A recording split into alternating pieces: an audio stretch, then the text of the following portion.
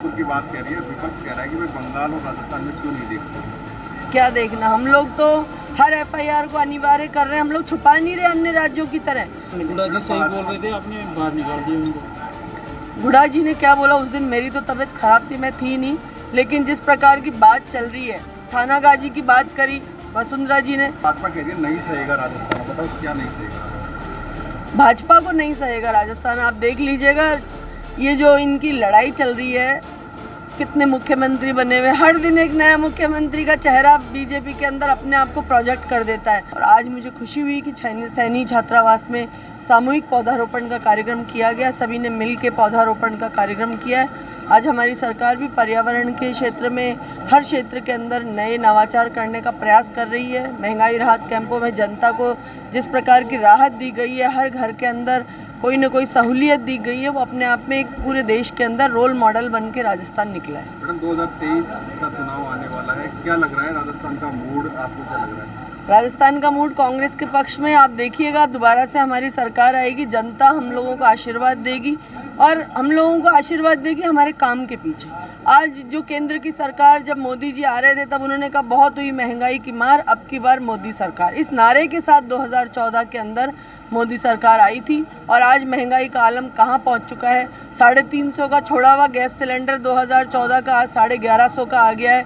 50 रुपये का petrol diesel के भाव 50 के अंदर थे, आज 100-125 के ऊपर जा चुके हैं। तो जो महंगाई की मार केंद्र सरकार हम सब के घरों पे दे रही है, उसके विपरीत राजस्थान के अंदर कांग्रेस की सरकार राहत दे रही है। इसलिए हम लोग जीतेंगे निश्चित तौर पे। मिशन 2023 हमारा कामयाब होगा। आप महिला हो और महिला सुरक्षा एक बड़ा मुद्दा बन गया है कि आप कांग्रेस तो मणिपुर की बात कह रही है, विपक्ष कह रहा है कि भाई बंगाल और राजस्थान में क्यों नहीं देखते। क्या देखना, हम लोग तो हर एफआईआर को अनिवार्य कर रहे हैं। हम लोग छुपा नहीं रहे अन्य राज्यों की तरह।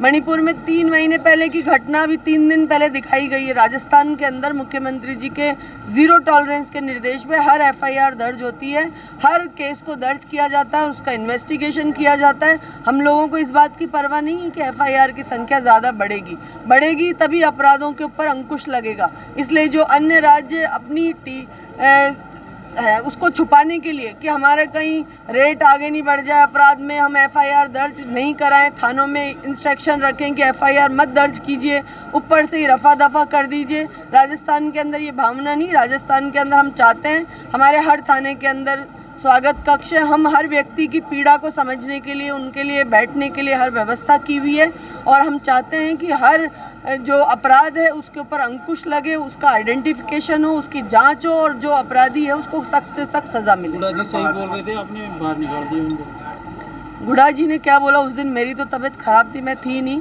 लेकिन जिस प्रकार की बात चल रही है, थानागाजी की बात करी वसुंधरा जी ने। थानागाजी केस जब हुआ था, मुझे आज उस बच्ची के साथ में, मैं स्वयं भी वहाँ पे गई थी, तकलीफ़ की बात थी, लेकिन हमारी सरकार ने उस परिवार को वापस उठाने की कोशिश की। आज वो बच्ची है कांस्टेबल पुलिस के अंदर एक जॉब कर रही है। तो हम लोग तो सामाजिक सुरक्षा के साथ उनको आत्मसम्मान देने का प्रयास कर रहे हैं, उनके साथ में घिनौनी हरकतें नहीं कर रहे। और ये बच्चियों के साथ मिलकर राजनीतिकरण करना, इससे बड़ा कोई पाप नहीं हो सकता। हम सब के घर में बच्ची हैं, हम लोगों को इनको सड़कों पे उछालने की बजाय ठोस कदम जिस प्रकार से हम उठा रहे हैं उनकी तरफ जाना चाहिए। हमारी सरकार के जो अपराध को रोकने के, मुख्यमंत्री जी के जो अंकुश लगाने के जो कार्य हैं उनको अप्रिशिएट करना चाहिए, बजाय इस तरह की घिनौनी हरकतें, घिनौनी बातें करना। उछाल नहीं रहे हम। जिस 3 महीने बाद में कोई चीज़ सामने आ रही है, आप खुद सोचिए, 3 महीने बाद में वहाँ मणिपुर जल रहा है। आज मणिपुर के अंदर आग लग रही है, हज़ारों लोग परेशान हो रहे हैं, केंद्र सरकार कोई कदम नहीं उठा रही। मोदी जी मन की बात करते हैं, टेलीफोनों पे विदेश जाते हैं, उनको हर चीज़ के लिए समय, उद्घाटनों के लिए समय, लेकिन देश के अंदर अगर अराजकता फैल रही है तो एक प्रधानमंत्री होने के नाते जो उनको अपनी नैतिक जिम्मेदारी निभानी चाहिए उससे दूर हटता है। मैडम भाजपा कह रही है नहीं सहेगा राजस्थान, बताओ क्या नहीं सहेगा। भाजपा को नहीं सहेगा राजस्थान। आप देख लीजिएगा, ये जो इनकी लड़ाई चल रही है, कितने मुख्यमंत्री बने हुए, हर दिन एक नया मुख्यमंत्री का चेहरा बीजेपी के अंदर अपने आप को प्रोजेक्ट कर देता है। बड़ी हास्यास्पद स्थिति हो रही है कि कोई 8-10 मुख्यमंत्री बन के अपने आप को और कैंडिडेट बना रखे हैं। हर व्यक्ति अपना एक नई 200 की लिस्ट लेके घूम रहा है और वर्चस्व की लड़ाई लड़ रहे हैं कि कौन आगे बढ़ पाएगा, किसको टिकट मिलेगी, हम कैंपेन कमेटी के चेयरमैन बन जाएं। जबकि कांग्रेस में इस तरह का कुछ नहीं है। कांग्रेस पूरी तरह से मिशन 2023 के मोड में, हमने अपनी प्रदेश इलेक्शन कमेटी घोषित कर दी और भी जो कमेटियाँ हमारी जल्दी आएंगी। हम लोग खड़गे जी, सोनिया जी के नेतृत्व में बहुत मजबूती से 2023 और 24 का चुनाव भी लड़ेंगे। धन्यवाद।